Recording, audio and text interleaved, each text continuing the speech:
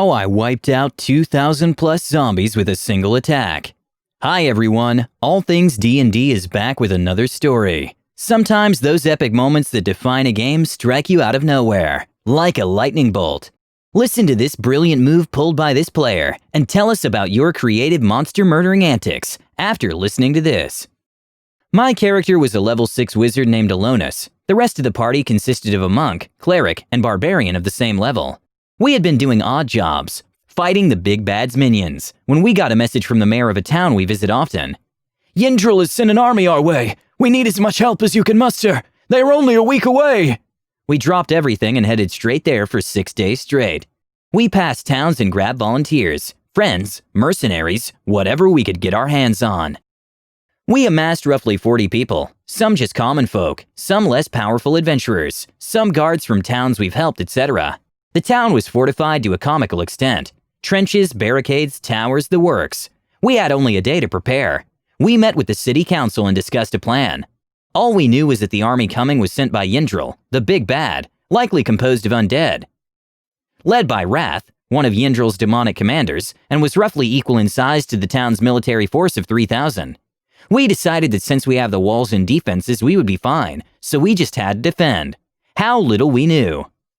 As we waited out the night, our DM gave us plenty of hints and chances to leave, or avoid the conflict. In hindsight, he probably didn't expect us to actually stand our ground, and knew this amount of combat would likely kill all of our characters, but we didn't realize it until it was too late. We watched the forest from the walls of the town. Trees began to shake and creak as an army of zombies marched out in organized groups. They were being controlled by a massive fiery demon, Wrath.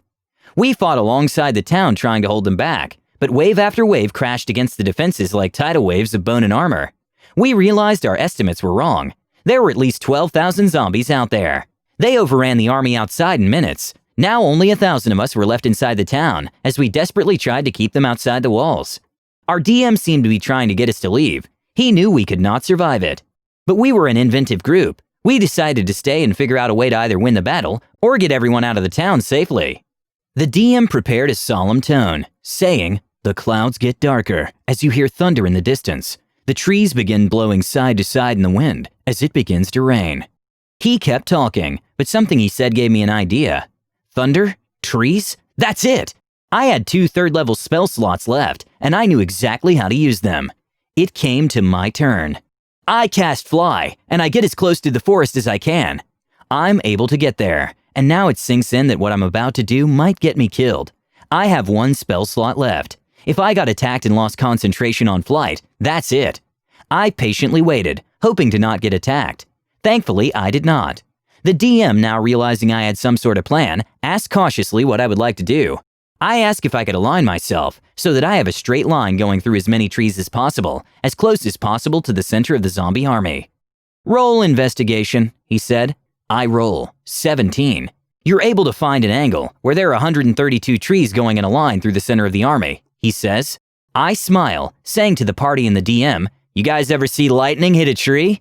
The DM gives me that no way look as he realizes what I'm about to do. I cast lightning bolt straight through the trees. The DM realizes that the trees don't have a dex stat, so they can't roll a save. Instead, he has me roll against their AC. Nat 20. After the table erupts in excitement, the DM takes a second to determine what the damage would be for an exploding tree. He decides it does 8d6 piercing in a 20-foot radius, basically fireball with piercing damage. I roll 42 damage. Multiply that by 132 trees, double it since it was a crit, and we were left with 11,088 damage against the army. The zombies in the army were designed to be weak alone, but strong as a group, so they only had 5 health each. He describes what happens. As you all look down from the wall, you see Alonus floating there. As lightning blasts from his hands, you instantly see a flash of bright light and the sound of explosions and shrapnel.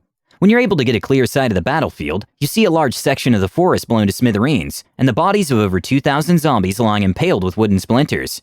He looks at me. As you expend your last bit of energy, you see Wrath turn towards you quickly, almost with a look of disbelief. As we sat around the table, our monk mentioned, "Wait, 2,000 zombies? Shouldn't he level up?" The DM thought for a moment and said, "I suppose so. I'll say that you all level up from just watching that." We all laugh and continue playing, and it gets to my turn again. Since I leveled up, I got all my spell slots back, so I began flying back to the wall. That's when I remember. 9 sessions ago, I copied down the banishment spell into my book, but I never had a 4th level spell slot to use it with. But now I have one, and we all know just who to use it on. We don't have quite the range on Wrath from the wall to use it, so we devise a plan over the next few turns. Our barbarian leads the remaining soldiers to the gate. The cleric gathers all the healers he can find, and the monk stands near me in the center of the formation of soldiers. The barbarian pushes the gate open, and the entire army begins spearheading towards Wrath through the army of zombies. Soldiers and our barbarian on the outside are constantly healed and supported by our cleric and the healers, as our army pushed through.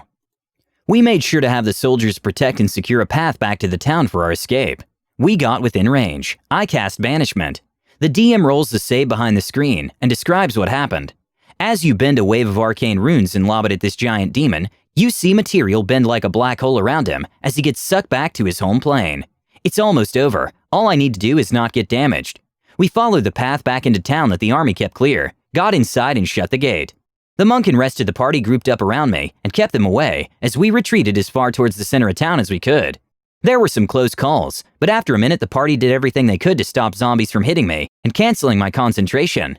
The DM speaks. As you make your last stand against this dark army, zombies breaking through the walls and heading towards you from each direction, they collapse to the ground. The magical essence leaves their bodies as Wrath's connection to this realm is officially severed. Cheers ring out throughout the town. For the first time in years, a ray of hope has fallen upon the city, and we ended the session there. I was usually more of a roleplay guy than a combat guy up to that point, just because I treated it like just damage enemy, get damaged, wait for one of you to die. But that day was how I learned that combat can be just as interesting as roleplay, if you think outside the box, and have an awesome DM that's willing to follow the rule of cool to allow such moments to happen. Do you think 8d6 per exploding tree is too much damage? I would think maybe 1d4 per tree, max 1d6. I'll give it to the player that it's an awesome move, and I wouldn't have thought of it. But I think I'm going to give the DM a little bit more credit on this one, for giving the player that much damage to work with. Either way, great stuff. Please let us know what you think and comment below. Don't forget to subscribe to our channel All Things D&D. Our next video will be posted in 3 days, so stay tuned for more amazing Dungeons & Dragons content.